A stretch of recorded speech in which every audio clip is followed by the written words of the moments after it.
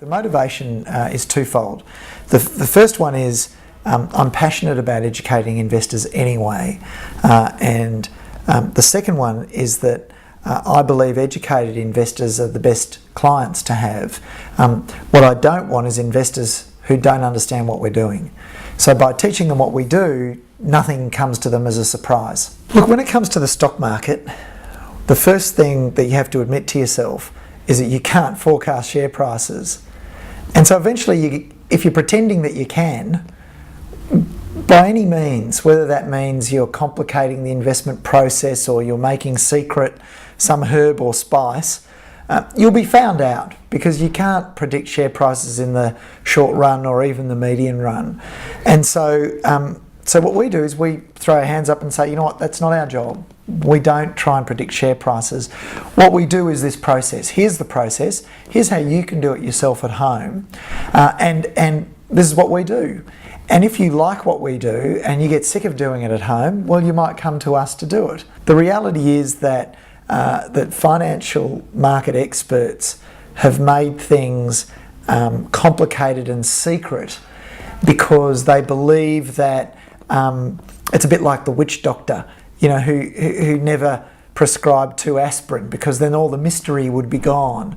The reality is, I don't think there is any mystery to what we do, and the best type of client comes back to this idea that the best type of client to have is an educated one, because we'll inevitably go through periods where we don't outperform the market. We'll go through periods where we underperform. But if our clients understand what we're trying to achieve and how we're going about it, they'll accept that that's an opportunity rather than a risk. Skaffold is popular not only with individual investors but also with financial advisors. So we've got banks who are using it, we've got broking firms who are using it, and lots of financial planners are using it. Again, what it does is it demystifies what we do, and it gives the power of the process or the approach, it puts that in people's hands. But valuation is key, and it's not the same as predicting share prices. So if we think something's worth, or Skaffold thinks something is worth $5 and it's trading at 3, that's not saying it'll go to 5. It's just saying that's what it's worth. Our job is to find a catalyst or to believe that over time that gap will narrow, and our experience is that it will narrow. Now, why do we do it? Again, the question's asked often, why do we put our processes and our proprietary tools in the hands of other investors? Well, quite frankly, Australia is, look how successful Bunnings is in Australia.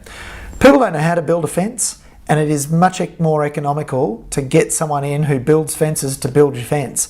And yet people go to Bunnings and they'll buy the hammers and the saws and the posts and the palings and build their own fence. It'll fall over and they'll end up having to get someone to do it anyway.